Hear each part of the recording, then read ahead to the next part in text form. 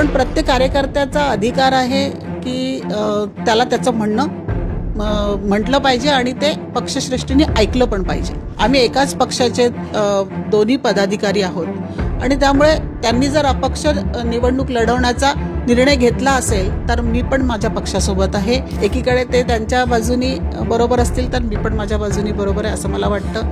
पक्षनिष्ठा पण मी त्यांच्याकडून शिकलेली आहे. परिवार म्हणून आम्ही सोबत आहोत. सुखदुःखामध्ये आम्ही जो प्रवास केला त्याच्यामध्ये कधीच आम्ही एकमेकांना सोडून प्रवास केलेला नाही. नवीन वर्षाच्या शुभेच्छा दिल्या मी फोनवर त्यांना. बघूया नवीन वर्षामध्ये एक उमेद आहे. त्यांच्या बोलण्यावरून नाही वाटलं मला. विनायक डेहनकर नाराज आहेत. पक्ष बघेल त्यांचं काय करायचं. नागपूर महानगरपालिकेच्या निवडणुकीला आता वेग आलेला आहे. आपण बघतो आहे की अनेक नाराजी नाट्य जे आहेत समोर आले. उमेदवारी अर्ज भरल्यानंतर अनेक इच्छुक नाराजांनी अपक्ष फॉर्म देखील भरले आणि यामध्ये जे आहे आपण बघतो कृष्णा खोपडे आमदार जे आहेत त्यांचा मुलगा असेल त्याने देखील नाराज होऊन आपल्या सक्रिय सदस्य पदाचा जो आहे राजीनामा दिला आहे. त्यानंतर आपण बघतो की माजी महापौर राहिलेल्या नागपूरच्या अर्चना डेहनकर यांचे पती यांनी देखील नाराज होऊन अपक्ष उमेदवारी फॉर्म भरला आहे आणि उमेदवारी निवडणुकीच्या रिंगणात ते उतरलेले आहेत. आणि यामध्ये आपण बघतो आहे की भाजपमध्ये जो आहे घरात कलह आपल्याला अनेक पाहायला मिळतो आहे उमेदवारी न मिळाल्यामुळे महानगरपालिकेच्या निवडणुकीमध्ये.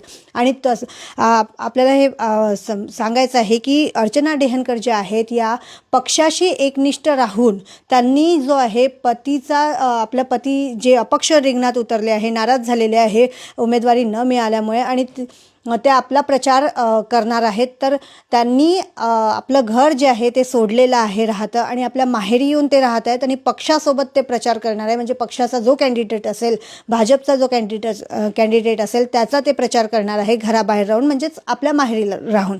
तर आपण या सगळ्या विषयावर जे आहे अर्चना डेहनकर यांच्याशी बातचीत करणार आहोत आणि जाणून घेणार आहोत की नेमकं आता निवडणूक आहे आणि निवडणुकीच्या दरम्यान नेमकं काय त्या करणार आहेत. कारण पतीला एकीकडे म्हणवायचं आहे की अपक्ष उमेदवारी फॉर्म जो भरलेला आहे तो मागे घ्या. उद्या जो आहे उमेदवारी मागे घेण्याचा दिवस आहे.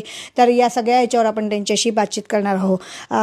काय सांगाल अर्चनाताई, तुम्ही आपल्या माहेरी येऊन राहता आहेत. आपण बघतो की तुम्ही पक्षाशी एकनिष्ठ आहात. अनेक वर्षापासून तुम्ही पक्षाशी जुळलेले आहात. माजी महापौर तुम्ही राहिलेले आहात नागपूरच्या आणि आता उमेदवारी न मिळाल्यामुळे कुठेतरी तुमचे पती जे आहेत ते नाराज झाले. त्यांनी आपला जो सक्रिय सदस्य पदाचा राजीनामा देत अपक्ष उमेदवारी फॉर्म भरलेला आहे.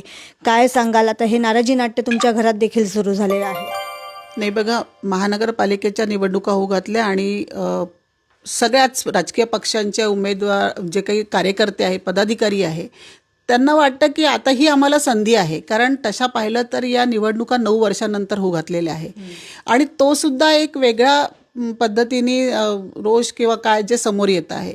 पण प्रत्येक कार्यकर्त्याचा अधिकार आहे की त्याला त्याचं म्हणणं म्हटलं पाहिजे आणि ते पक्षश्रेष्ठींनी ऐकलं पण पाहिजे.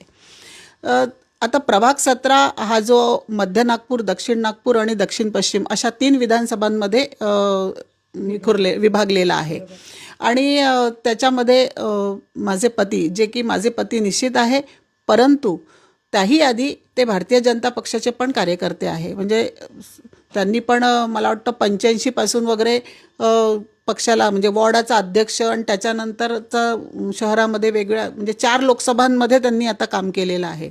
नागपूर शहरात ज्या 4 लोकसभा झाल्या त्याच्यामध्ये त्यांनी काम केलेलं आहे. तर या मागच्या वेळेला पण त्यांनी काहीतरी उमेदवारी करता प्रभाग 17मध्ये दावेदारी केलेली होती. त्यावेळेला पण मागच्याच म्हणजे दुसऱ्या प्रभागातला माणूस वेळेवर त्याला फॉर्म भरायला लावून बी फॉर्म दिला गेलेला होता. परंतु त्यावेळेला ते स्वतः चुनाव प्रमुख राहून त्यांनी त्याचं काम केलं आणि 3ही उमेदवार निवडून आले. त्याही वेळेला 151 पैकी 150च नगरसेवक आपण उभे केले होते. त्यातनं तो हा जो प्रभाग 17 आहे त्याच्यामध्ये महिला ओपन आपण महिला ती उभी नव्हती केली. त्याच्यामध्ये 1 कमी होते म्हणजे 4 पैकी 3च आपल्याकडे होते. यावेळेला देखील त्यांनी प्रभाग 17मधून आपली उमेदवारी मागितली होती. ती त्यांना नाकारण्यात आली. म्हणजे त्यानंतरचा जो माझं त्यांचं जे संभाषण आहे की तुमचं म्हणणं पक्षाला सांगणं हे योग्य आहे, प्रत्येक कार्यकर्त्याचाच तो अधिकार आहे. परंतु जर पक्षाने आता ठरवलं आहे, त्यांचा निर्णय झालेला आहे, तर आपण पक्षाच्या सोबत राहिलं पाहिजे. आणि म्हणून त्यांना म्हटलं की तुम्ही फॉर्म आता भरू नका. त्यांनी फॉर्म भरलेला आहे. त्याच्यामुळे ते जर त्यांच्या विचारावर ठाम असतील तर मी देखील आपल्या विचारावर ठाम आहे. एकीकडे ते त्यांच्या बाजूनी बरोबर असतील तर मी पण माझ्या बाजूनी बरोबर आहे असं मला वाटतं. पक्षनिष्ठा पण मी त्यांच्यापासून शिकलेली आहे. पक्षनिष्ठा तुम्ही सांगितलं त्यांच्यापासून शिकलेली आहे तुम्ही, पण त्यांनी कुठेतरी अपक्ष उमेदवारी भरत कुठेतरी पक्षासोबत आता निष्ठा ठेवली आहे का, किंवा पक्षाने त्यांच्यावर निष्ठा ठेवली आहे का, हा देखील आता प्रश्न उपस्थित होतो आहे. आणि कधी तुमचं शेवटचं संभाषण झालं होतं आणि कसं तुम्ही त्यांना मनवणार आहात, कारण उद्याचा दिवस आहे उमेदवारी अर्ज मागे घेण्याचा. तुम्ही भावूक झालेल्या दिसत आहेत, तुमच्या डोळ्यात देखील पाणी आहे. काय सांगाल, कुठे राजकारणाचा कलह हा घरापर्यंत येऊन पोहोचला आहे का? तेव्हा परिवार म्हणून आम्ही सोबत आहोत. सुखदुःखामध्ये आम्ही जो प्रवास केला त्याच्यामध्ये कधीच आम्ही एकमेकांना सोडून प्रवास केलेला नाही आहे. पण जेव्हा आम्ही एखाद्या राजकीय पक्षामध्ये काम करतो आणि एकाच पक्षामध्ये म्हणजे कदाचित 2 पक्षाचे लोक घरात राहिले असते ना तर सोपं झालं असतं, ते जनतेला पण दिसायला सोपं झालं असतं. पण आम्ही एकाच पक्षाचे दोन्ही पदाधिकारी आहोत आणि त्यामुळे त्यांनी जर अपक्ष निवडणूक लढवण्याचा निर्णय घेतला असेल तर मी पण माझ्या पक्षासोबत आहे. आणि त्यामुळे जर मी त्यांना विनंती केलेली आहे, तुमच्या माध्यमातून, लोकमतच्या चॅनलच्या माध्यमातून पण मी त्यांना विनंती करते की आपण अजूनही वेळ गेलेली नाही आहे, आपण विचार करा आणि पक्ष फॉर्म मागे घ्या. जरी ते ऐकत नसेल तर पक्ष श्रेष्ठी त्यांचं ठरवतील की त्यांना मनवायचं काय किंवा कसं. पण माझा निर्णय हा ठाम आहे की म्हणजे मी 97मध्ये नगरसेविका होती, 2007मध्ये नगरसेविका होती, त्यानंतरच 2010 ते 12 असा जो 2 वर्षाचा जो काळ आहे त्याच्यात मी महापौर म्हणून या नागपूर शहरात काम केलेलं आहे. त्याच्यानंतरचा जो 2012 ते आजतागायतचा जो प्रवास आहे तो पक्ष संघटनेमध्येच मी पूर्णवेळ काम केलेलं आहे. त्याच्यामुळे महाराष्ट्रात आणि नागपूर शहरात देखील कुठल्याही प्रभागामध्ये मी भारतीय जनता पक्षाच्या उमेदवाराकरता काम करू शकते आणि तशी जबाबदारी जर पक्षाने मला दिली तर मी ते करायला देखील तयार आहे. पक्षातील वरिष्ठ जे आहेत त्यांनी तुम्हाला काही तुमचा त्यांच्याशी काही कॉन्टॅक्ट झाला आहे का, त्यांच्याकडनं तुम्हाला काही सांगण्यात आलं आहे का की तुमचे जे पती आहेत त्यांना फॉर्म मागे घ्यायला लावा, उमेदवारी अर्ज मागे घ्यायला लावा, जो त्यांनी अपक्ष फॉर्म भरलेला आहे उमेदवारीचा? नाही, असं काय, हा माझा विचार आहे की त्यांनी मला कोणीही पक्षातून कोणाचं काही फोन नाही किंवा कोणाचं काही बोलणं नाही आहे. पण माझा हा विचार आहे की त्यांनी अपक्ष उभे राहू नये, पक्षासोबत बंडखोरी करू नये, हा माझा विचार आहे. कारण पक्षात तुमचं म्हणणं तुम्ही पक्षापर्यंत पोहोचवलं आहे किंवा पक्षासाठी तुम्ही उमेदवारी मागितलेली आहे तिथपर्यंत ठीक आहे, पण पक्षाचा जर निर्णय झालेला आहे तर त्या पक्षाच्या निर्णयासोबत आपण राहिलं पाहिजे, या विचाराची मी आहे. पण यावेळेस देखील का बरं डावलण्यात आला, काय वाटतं तुम्हाला? याआधी तुम्ही सांगितलं की 17मधून पुन्हा असंच झालं होतं आणि यावेळेस देखील फॉर्म नाही दिला, तर काय वाटतं का पक्षाने असं, म्हणजे अन्याय वाटतो का तुम्हाला एक पत्नी म्हणून? नाही, आता तेच हा प्रश्न विचारतात आहे की माझं काय चुकलं, तर मलाही विचारावं लागेल की त्यांचं काय चुकलं, पक्षाला विचारू. पण एक विषय आहे की हा जो गणेशपेठ भाग आहे हा अनेक वर्ष काँग्रेस बहुल आहे. म्हणजे विलास मुत्तेमवार सारखे जे खासदार या शहरात राहून गेलेले आहेत त्यांचं मूळ या गणेशपेठातनं आहे. मग अशोक धवड एका काळी जे काम करायचे ते सुद्धा तिथनंच राहायचे. दीनानाथ पडोळेंनी दक्षिण नागपूरचं नेतृत्व केलं, ते सुद्धा आमच्या शेजारी राहतात. अशा आणि आत्ताचा जो नगरसेवक म्हणजे आमच्या पक्षात आलेला आहे तो 2002 पासून काँग्रेस पक्षाचाच नगरसेवक होता. मग काँग्रेसमधून तो म्हणजे आत्ता 2 दिवसाआधी त्यांनी पक्षप्रवेश केला. त्यानंतर लागलीच त्याला तुम्ही बी फॉर्म देता, त्याला आपल्या पक्षाचे ध्येय धोरण कळू द्यात ना, थोडा सतरंजा उचलू द्यात, नंतर द्या त्याला तिकीट. आणि ठीक आहे की पूर्ण महाराष्ट्रात किंवा देशातही ज्या ज्या ठिकाणी संघटन कमजोर असेल त्या ठिकाणी बाहेरच्या लोकांना आणून, काही प्रभावी लोकांना आणून आपण त्या ठिकाणी संघटन मजबूत करण्याचा प्रयत्न करतो आणि ते केलंच पाहिजे. त्या विचाराची मी पण आहे. परंतु या नागपूर शहरामध्ये विशेष करून आम्ही ज्या भागात राहतो, जुनं नागपूर जे आहे त्या भागामध्ये तरी अशी स्थिती नाही आहे. बरोबर. तुम्ही आत्ता ज्याप्रमाणे बोललात की मनोज साबळे जे आहेत 4 टर्म काँग्रेसकडनं नगरसेवक राहिलेले आहेत आणि ऐन वेळेवर ते आयातीत उमेदवारासारखे आले आणि त्यांना बी फॉर्म देण्यात आला. आपण बघितलं की प्रभाग 17मध्ये अनेकांची नाराजी जी आहे भाजप कार्यकर्त्यांची पाहायला मिळाली, जे इच्छुक होते. ज्या दिवशी उमेदवारी फॉर्म भरायचा होता त्या दिवशी अनेक जणं त्या सेंटरवर जिथे फॉर्म भरायचा होता तिथे अनेक नाराज होते आणि त्यांनी अपक्ष फॉर्म भरले. त्यामध्ये तुमचे पती देखील आहेत. मला सांगा, आत्ता तुम्ही ज्याप्रमाणे म्हणालात की नवीन लोक आले आणि त्यांना फॉर्म पक्षाने दिला, त्यांना कळू द्यात काय ध्येय धोरणं आहेत तुमच्या पार्टीची. कुठेतरी एक कार्यकर्ता म्हणून थोडंसं मनात वाटतंय का की इतके वर्ष दोघंही जणं तुम्ही पती पत्नी म्हणून समर्पित केले आहेत भाजपला आणि आता वेळ आली होती तर दुसऱ्या कोणाला फॉर्म देण्यात आला, वाटतंय का? जरी तुम्ही पक्षासोबत आहात तरी मनात कुठेतरी एक सल आहे. नाही बघा, पतीच्या प्रती किंवा कुटुंबाच्या प्रती संवेदना असणं हे ते साहजिक आहे. ते का नाही वाटणार?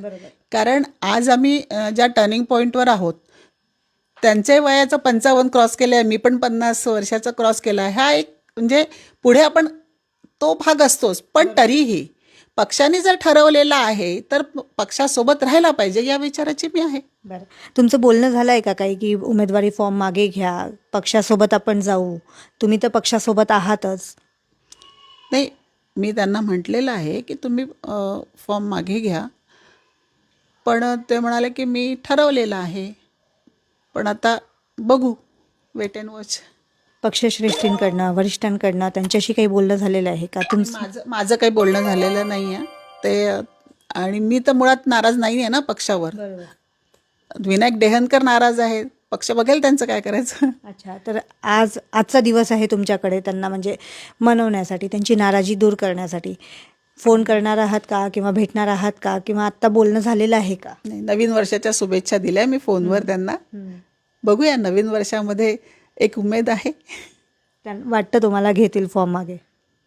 त्यांच्या बोलण्यावरून नाही वाटलं मला. तुम्ही भावूक झालेले आहात एक पत्नी म्हणून. नाही, निश्चितच बघा, इतके वर्ष ज्या पक्षामध्ये काम केलेलं आहे त्यांची निष्ठा मी स्वतः पाहिलेली आहे. जर विधानसभा क्षेत्रामध्ये शहरामध्ये जुने जाणते कार्यकर्ते पण त्यांना मानणारे अनेक आहेत. कुठली अडचण आली, काही पक्षाच्या त्यांना काही विचारायचं असेल तर ते आजही त्यांच्याकडे येतात आणि विनायक काका म्हणून किंवा मामा म्हणून त्यांना त्या अडचणी विचारून त्याच्यावर सोल्युशन पण घेतात. पण आज या माणसावर अशी वेळ यावी हे थोडंसं दुःखदायक आहे. नक्कीच. जरी तुम्ही कार्यकर्ता म्हणून पक्षासोबत आहात, एक पत्नी म्हणून आपल्या पतीसोबत आहात, काय भूमिका असणार आहे आता पुढे? निवडणुका आहेत, जर का फॉर्म मागे नाही घेतला आणि ते अपक्ष लढले, निवडणुकीच्या रिंगणात उतरले, तर तुमची काय भूमिका असेल? एक पत्नी आणि एक कार्यकर्ता, दोन्ही भूमिका स्पष्ट करा. नाही बघा, पत्नी म्हणून त्यांची काळजी घ्यायला पाहिजे, त्यांना वेळेवर जेवण द्यायला पाहिजे, औषधं घेतले की नाही, घरात त्यांना कुठल्या गोष्टीची कमतरता, जी काळजी ते सगळं मी तिची व्यवस्था सगळे करेन. पण त्यांच्याकरता मत मागायला जाणं कितपर्यंत किंवा त्यांच्यासोबत अपक्ष बंडखोर म्हणून ते मला वाटतं की मी ते नाही करू शकणार. त्यांचं स्वतःचं, आणि मला तो विश्वास पण आहे, त्यांचं स्वतःचं काम आहे.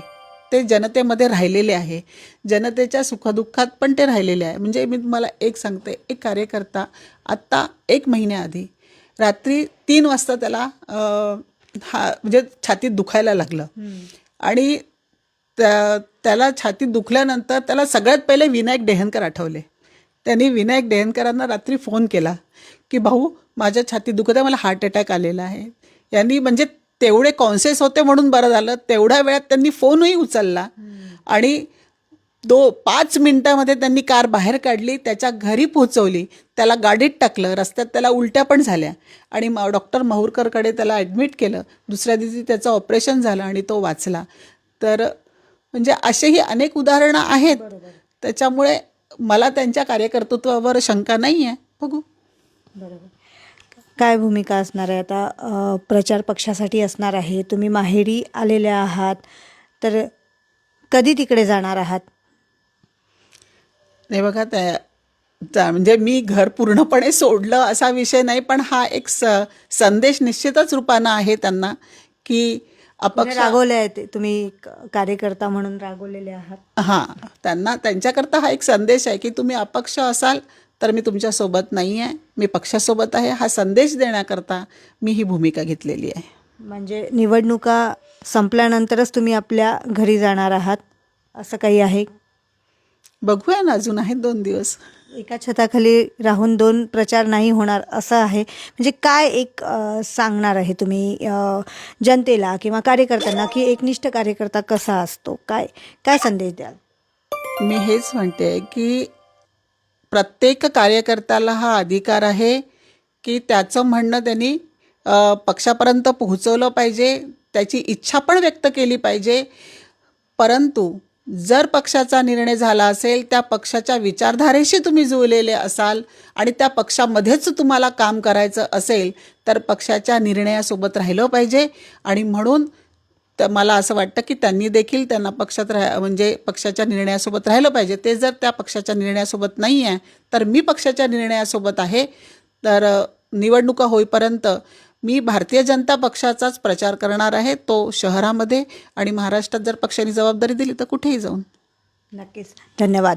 तर आपण बघितलं की राजकारणात आपण अनेक वेळा असे किस्से पाहिलेले आहेत. पती पत्नी निवडणुकीच्या रिंगणात एकमेकांसमोर उभे ठाकलेले आहे, परंतु इथे उभे ठाकलेले नसताना देखील पती जे आहेत नाराज होऊन उमेदवारी न मिळाल्यामुळे विनायक डेहनकर हे जे आहेत नाराज झालेले आहेत आणि त्यांनी अपक्ष फॉर्म भरला आहे आणि ते अपक्ष निवडणुकीच्या रिंगणात उतरलेले आहेत. तर दुसरीकडे माजी महापौर राहिलेल्या अर्चना डेहनकर यांनी पवित्रा घेतला आहे की मी पक्षासोबत आहे, पक्षासोबत एकनिष्ठ आहे, पक्षाच्या विचारधारेशी मी जुळलेली आहे आणि मी आपला वेगळं राहून जो आहे, घराच्या बाहेर राहून जो आहे पक्षाचा प्रचार करणार आहे, पक्षाच्या उमेदवारासाठी मी मतं मागणार आहे असं त्यांनी सांगितलं आहे.